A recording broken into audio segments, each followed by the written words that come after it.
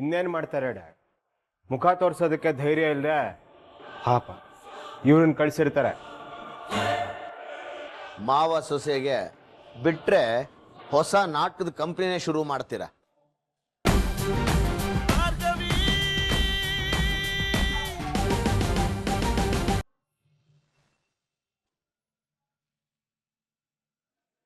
ನೆನ್ನೆ ವಂದನ ಬಂದು ಹೋದ್ಮೇಲೆ ಶಕ್ತಿ ಹತ್ರ ಮಾತಾಡೇ ಇಲ್ಲ.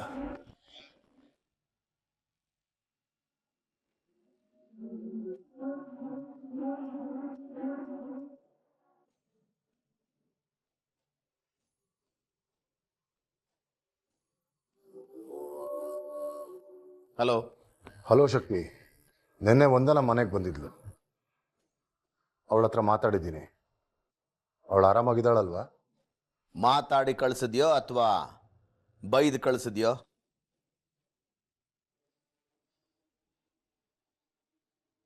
ಏನು ಹೇಳ್ತಿದ್ಯಾ ಶಕ್ತಿ? ನನ್ನ ಮಗಳು ಎಲ್ಲ ಹೇಳಿದ್ಲು ಜೆ.ಪಿ.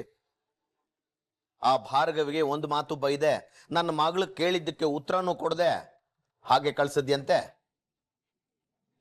ನೀನ್ ಹೀಗ್ ಮಾಡ್ತೀಯ ಅಂತ ನಾನು ಅಂದ್ಕೊಂಡಿರಲ್ಲ ಜೆ.ಪಿ. ನಾನು ಮಾತಾಡ್ತೀನಿ, ಎಲ್ಲ ಸರಿ ಹೋಗುತ್ತೆ ಅಂತ ಹೇಳಿದ್ದೆ. ಅಲ್ಲಿ ನಿನ್ನ ಮಗ ಮದುವೆ ಆಗಿ ಹೆಂಡತಿನ ಮನೆ ಕರ್ಕೊಂಡು ಬಂದಿದ್ದಾನೆ. ಇನ್ನ ನೀನೇನು ಮಾತಾಡಿ ಸಮಾಧಾನ ಮಾಡೋದು? ಆವತ್ತು ನೀನು ಮಾತಾಡಿದ್ ನೋಡಿದ್ರೆ ಭಾರ್ಗವಿಗೆ ಮಂಕ್ ಬೂದಿ ಎರಚಿ ಏನೋ ಪ್ಲಾನ್ ಮಾಡಿದ್ಯಾ ಅಂತ ಅಂದ್ಕೊಂಡೆ. ಆದ್ರೆ ನಿನ್ನ ಮಂಕ್ ಬೂದಿ ಎರಚಿರೋದು ನನಗೆ, ನನ್ನ ಮಗಳಿಗೆ ಅಂತ ಈಗ ಗೊತ್ತಾಗ್ತಾ ಇದೆ. ಜೆ.ಪಿ, ನನ್ನ ಮಗಳು ಕಾಲಲ್ಲಿ ತೋರಿಸಿದ್ದನ್ನು ಕೂಡ ಕೊಡಿಸ್ದೆ ಬಿಟ್ಟವನಲ್ಲ ನಾನು. ಅಂತವಳು ಮದುವೆ ಅಂತ ಆದ್ರೆ ಅರ್ಜುನ್ನೇ ಅಂತ ಬಾಯಿ ಬಿಟ್ಟು ನನ್ನ ಹತ್ರ ಕೇಳಿದ್ಲು. ಅವನು ಯಾವಳ ಜೊತೆನೋ ಸುತ್ತುತ್ತಾ ಇದ್ದಾನೆ ಅಂತ ನನಗೆ ಗೊತ್ತಿದ್ರು ಅವನು ನಿನ್ನ ಮಗ, ಆಕಾಶ ಭೂಮಿ ಒಂದೇ ಆದ್ರೂ ನೀನು ಮದುವೆ ಮಾಡಿಸಿ ಅಂತ ನಿನ್ನ ಮೇಲೆ ನಂಬಿಕೆ ಇಟ್ಕೊಂಡೆ ನಾನು. ನಂಬಿಸಿ ನಮ್ಮ ಕೈಗೆ ಚಿಪ್ ಕೊಟ್ಟಿದ್ಯಾ. ಊಟ ತಿಂಡಿ ನಿದ್ದೆ ಬಿಟ್ಟು ನನ್ನ ಮಗಳು ಕೊರಗ್ತಾ ಕೂತಿದ್ದಾಳೆ ಜೆ.ಪಿ. ಅವಳನ್ನ ಆ ಸ್ಥಿತಿಲಿ ನೋಡಿದ್ಮೇಲೂ ನಾನು ಸುಮ್ಮನೆ ಇರ್ಬೇಕಾ? ಹೇಳು ಜೆ.ಪಿ, ನಾನು ಸುಮ್ಮನೆ ಇರ್ಬೇಕಾ? ನೀನೇ ಕಾಲ್ ಮಾಡ್ತೀಯ, ಅದೆಷ್ಟೊತ್ತು ನೀನು ನನ್ನಿಂದ ತಪ್ಪಿಸ್ಕೊಂಡಿರ್ತೀಯ ಅಂತ ನಾನೇ ಕಾಯ್ತಾ ಇದ್ದೆ. ಬಿಡಲ್ಲ ಜೆ.ಪಿ, ಆ ನಿನ್ನ ಮಗ ಆ ಭಾರ್ಗವಿನ ಯಾರನ್ನೂ ನಾನು ಸುಮ್ಮನೆ ಬಿಡಲ್ಲ. ಶಕ್ತಿ, ನನ್ನ ಮಾತು ಒಂದ್ಸತಿ ಕೇಳು ಶಕ್ತಿ. ಶಕ್ತಿ ಪ್ಲೀಸ್.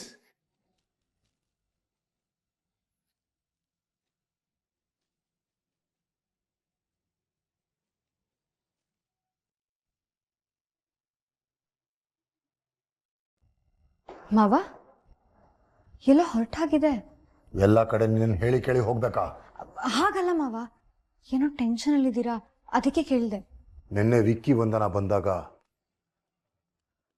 ನಾನು ಭಾರ್ಗವಿನ್ ಬೈಲಿಲ್ಲ, ಅವಳನ್ನ ಮನೆಯಿಂದ ಆಚೆ ಕಳಿಸ್ಲಿಲ್ಲ ಅಂತ ಶಕ್ತಿ ಅಂಡ್ ಫ್ಯಾಮಿಲಿ ಬೇಜಾರು ಮಾಡ್ಕೊಂಡಿದ್ದಾರೆ. ನಾನು ಹೋಗಿ ಮಾತಾಡ್ ಬರ್ತೀನಿ. ಅಯ್ಯೋ, ಇಷ್ಟು ಚಿಕ್ಕ ವಿಚಾರಕ್ಕೆ ಇಷ್ಟೊಂದು ಟೆನ್ಷನ್ ಮಾಡ್ಕೊಂಡಿದ್ದೀರಾ? ಇದು ನಿನಗೆ ಚಿಕ್ಕ ವಿಷಯ ಅನಿಸ್ತಾ ಇದೆಯಾ? ನಿನಗೆ ಶಕ್ತಿ ಬಗ್ಗೆ ಗೊತ್ತಿಲ್ಲ. ಅವನ ಹೆಸರಿಗೆ ಮಾತ್ರ ಶಕ್ತಿ ಅಲ್ಲ, ಅವನಿಗೆ ಬೇಕಾಗಿರೋದನ್ನ ಪಡ್ಕೊಳ್ಳೋಕ್ಕೆ ಅವನು ಏನ್ ಬೇಕಾರೋ ಮಾಡ್ತಾನೆ. ಗೊತ್ತು ಮಾವ, ನೀವು ಶಕ್ತಿ ಅಂಕಲ್ ಥರಾನೇ ಅಲ್ವಾ? ಅಂದ್ರೆ ನಿಮಗ್ ಬೇಕಾದನ್ನ ಪಡ್ಕೊಳಕ್ಕೆ ಯಾವ ಮಟ್ಟಕ್ಕೆ ಬೇಕಾದ್ರೂ ಇಳಿತೀರಾ. ಅವರು ಹೆದರ್ಸಿದ್ರು ಒಂದ್ ಮಾತ್ರಕ್ಕೆ ನೀವೇನ್ ಹೋಗಿ ಹೆದರ್ಕೊಂಡು ಮಾತಾಡೋ ಅವಶ್ಯಕತೆ ಇಲ್ಲ. ನಿಮ್ಮ ಗತ್ತನ್ನ ನೀವು ಕಾಪಾಡ್ಲೇಬೇಕು ಮಾವ. ನಿಮ್ಮ ಪರವಾಗಿ ನಾನು ಹೋಗ್ತೀನಿ.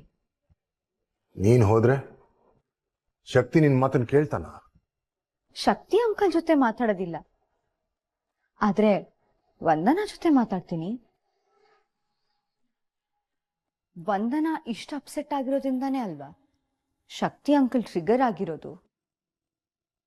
ವಂದನಾ ನಾರ್ಮಲ್ ಆದ್ರೆ ಅಂಕಲ್ ನಾರ್ಮಲ್ ಆಗ್ತಾರೆ. ವಂದನಾನ ನಾನು ಚೆನ್ನಾಗಿ ಅರ್ಥ ಮಾಡ್ಕೊಂಡಿದ್ದೀನಿ ಮಾವ. ಅವಳನ್ನ ಸಮಾಧಾನ ಮಾಡೋ ಜವಾಬ್ದಾರಿ ನಂದು.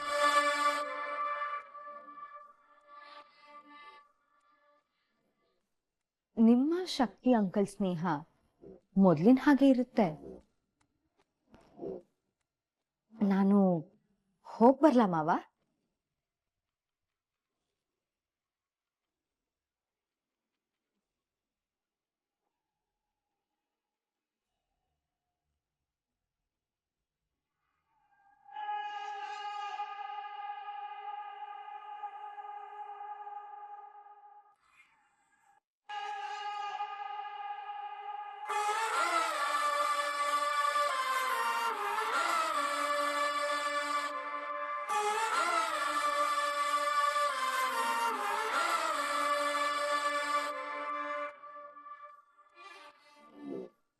ಹೀಗೆ ತಲೆ ಮೇಲೆ ಕೈ ಹೊತ್ ಕೂತ್ರೆ ಸಮಸ್ಯೆ ಬಗೆಹರಿಯತ್ತ ವಂದನಾ?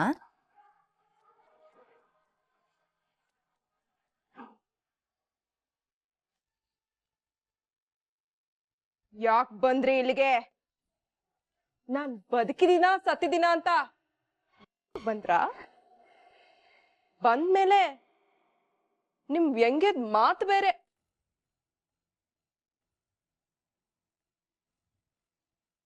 ವಂದನಾ, ಒಂದ್ ನಿಮಿಷ ನನ್ ಮಾತನ್ ಕೇಳು. ನಿಮ್ ಮಾತೇನ್ ಕೇಳೋದು?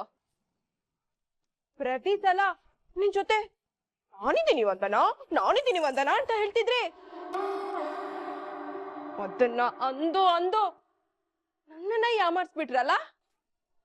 ಆ ಕಡೆ ಅರ್ಜುನ್ ತಲೆ ಕೆಡ್ಸಿ ನಿಮ್ ತಂಗಿನ ಕರ್ಕೊಂಡ್ ಬಂದ್ ಮದ್ವೆ ಮಾಡ್ತಿದ್ದೀರಾ ಅಲ್ವಾ? ನಿಮ್ಮಂತ 2 ತಲೆ ಹಾವನ್ನ ನಂಬಿದ್ದು ನನ್ ತಪ್ಪು. ಹೊರಡೆ ಇಲ್ಲಿಂದ. ಅಯ್ಯೋ ವಂದನಾ, ನೀನು ತಪ್ಪು ತಿಳ್ಕೊಂಡಿದ್ಯಾ. ಅವರಿಬ್ಬರ ಮದ್ವೆನ ನಾವ್ ಯಾರು ಮಾಡ್ಸಿಲ್ಲ. ಅವ್ರಾಗೆ ಗುಟ್ಟಾಗಿ ಯಾರಿಗೂ ಹೇಳ್ದೆ ಮದ್ವೆ ಮಾಡ್ಕೊಂಡ್ ಬಂದಿದ್ದಾರೆ. ಮೊದ್ಲಿಂದನೂ ಆ ಭಾರ್ಗವಿನ ಕಂಡ್ರೆ ನನಗಾಗದಿಲ್ಲ. ನಾವಿಬ್ರು ಅಕ್ಕ ತಂಗಿನೇ ಇರ್ಬೋದು, ಆದ್ರೆ ಇಬ್ರು ಹಾವು ಮುಂಗ್ಸಿ ತರ ಇದ್ವಿ. ಇನ್ನು ನಾನು ಅವಳಿಗೆ ಸಪೋರ್ಟ್ ಮಾಡ್ತೀನ? ಸರಿ ಅಂತಾನೆ ಇಟ್ಕೊಳ್ಳೋಣ. ಆದ್ರೆ ನಿಮ್ಮ ತಂಗಿ ಮತ್ತೆ ಮೈದನನ್ ಮದ್ವೆ ಗೊತ್ತಿಲ್ದೇನೆ ಆಗ್ಬಿಡ್ತಾ? ಅಂದ್ರೆ ಅವಳನ್ನ ಮನೆಗ್ ತುಂಬಿಸ್ಕೊಳ್ವಾಗ ಯಾಕೆ ಸುಮ್ನಿದ್ರಿ? ಹೌದು, ಅವಳ ಹತ್ರ ಸೇರ್ ಒತ್ಸಿ ಮನೆ ಒಳಗಡೆ ಕರ್ಕೊಂಡಿದ್ದೀರಾ ಅಲ್ವಾ? ಶಾಸ್ತ್ರ ಮಾಡಿದ್ಯಾರು? ಆರತಿ ಮಾಡಿ ಮನೆಗ್ ತುಂಬಿಸ್ಕೊಂಡಿದ್ಯಾರೋ? ನಾನೇ. Good job. ಅವಳ ಆರತಿ ಮಾಡಿ ಮನೆ ತುಂಬಿಸ್ಕೊಂಡ್ ಬಂದು ಇಲ್ಲೇ ನಾಟಕ ಮಾಡ್ತಿದ್ದೀರಾ. ಯಾಕೆ ಹೀಗ್ ಮಾಡಿದ್ರಿ? ಅಲ್ಲ, ನಾನ್ ಇರ್ಬೇಕಾಗಿರೋ ಜಾಗದಲ್ಲಿ ಅವಳು ಯಾವಳ ಇದ್ದಾಳೆ? ಅದನ್ನ ನೋಡ್ಕೊಂಡು ನೀವ್ ಹೇಗ್ ಸುಮ್ನಿದ್ದೀರಾ? ಇದೆಲ್ಲದಕ್ಕೂ ಕಾರಣ ನನ್ನ ಮಾವ ಜೆ.ಪಿ. ಪಾಟೀಲ್.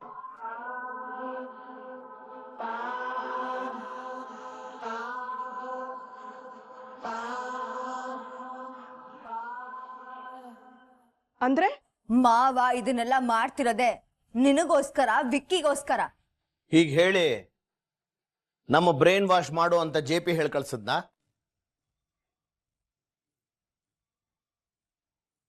ಇನ್ನೇನು ಮಾಡ್ತಾರೆ ಡ್ಯಾಡ್?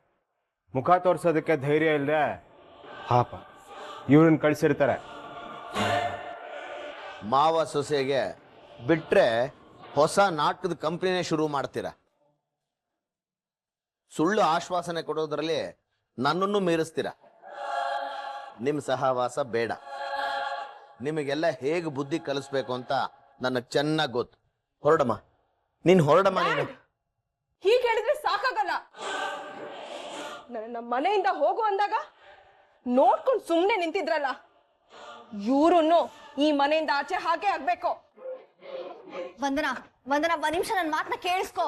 ನಾನ್ ಬಂದಿರೋದೇ ನಿನ್ ಮದ್ವೆ ಬಗ್ಗೆ ಮಾತಾಡಕ್ಕೆ.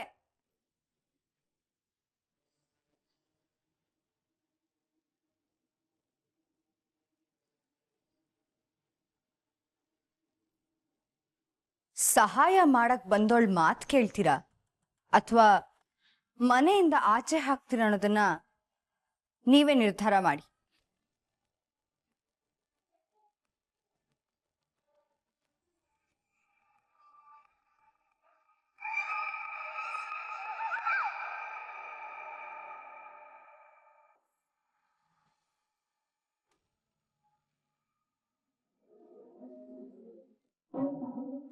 ಚಿಕ್ಕಿ, ಹೇ ಅರ್ಜುನ್, ತಿಂಡಿ ತಿಂದ್ಯಾ? ಕೂತ್ಕೋ, ಮೊದ್ಲು ಕೂತ್ಕೋ, ನಾನೇ ಬೆಳೆಸ್ತೀನಿ. ಚಿಕ್ಕಿ, ಒಂದು ನಿಮಿಷ. ನಾನು ನಿಮ್ಮ ಜೊತೆ ಏನೋ ಮಾತಾಡಬೇಕಿತ್ತು. ಏನ್ ಅರ್ಜುನ್ ಹೀಗೆ ಹೇಳ್ತಿದ್ಯಾ? ಮಾತಾಡು. ಅದು ಭಾರ್ಗವಿನ ನೀವೆಲ್ಲರೂ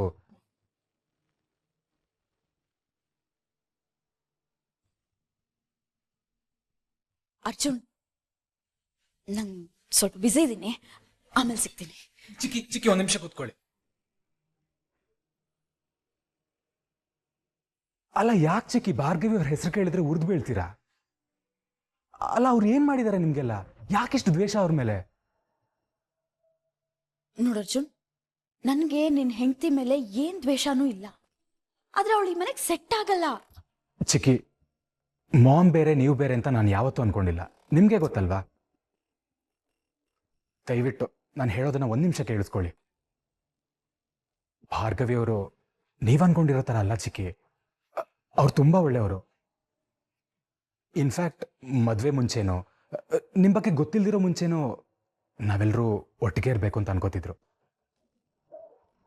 ಅಷ್ಟು ಒಳ್ಳೆಯವ್ರು ಚಿಕ್ಕಿ ಅವರು. ಅವ್ರನ್ನ ತಪ್ಪು ತಿಳ್ಕೊಂಡು ಹಣ, ಸ್ಟೇಟಸ್ ಅಂತ ಏನೇನೋ ಯೋಚನೆ ಮಾಡ್ಕೊಂಡು ಅವ್ರನ್ನ ದೂರ ಮಾಡಬೇಡಿ ಚಿಕ್ಕಿ. ಅವ್ರಿಗೊಂದು ಚಾನ್ಸ್ ಕೊಟ್ಟು ನೋಡಿ, ಅವ್ರು ಹೇಗೆಂತ ನಿಮ್ಗೆ ಅರ್ಥ ಆಗತ್ತೆ ಚಿಕ್ಕಿ. ಅರ್ಜುನ್, ನಿನ್ ಮೇಲೆ ನನ್ಗೆ ಪ್ರೀತಿ, ಕಾಳಜಿ ಎಲ್ಲ ಇದೆ, ಅದ್ ಸತ್ಯನೇ.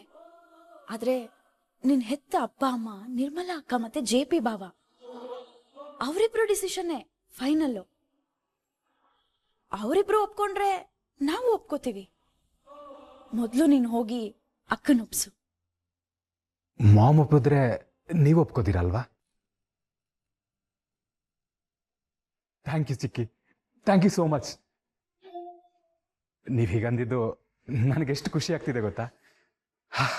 ಧೈರ್ಯ ಮಾಡಿಕೊಂಡು ಅಮ್ಮ ಜೊತೆ ಮಾತಾಡ್ತೀನಿ.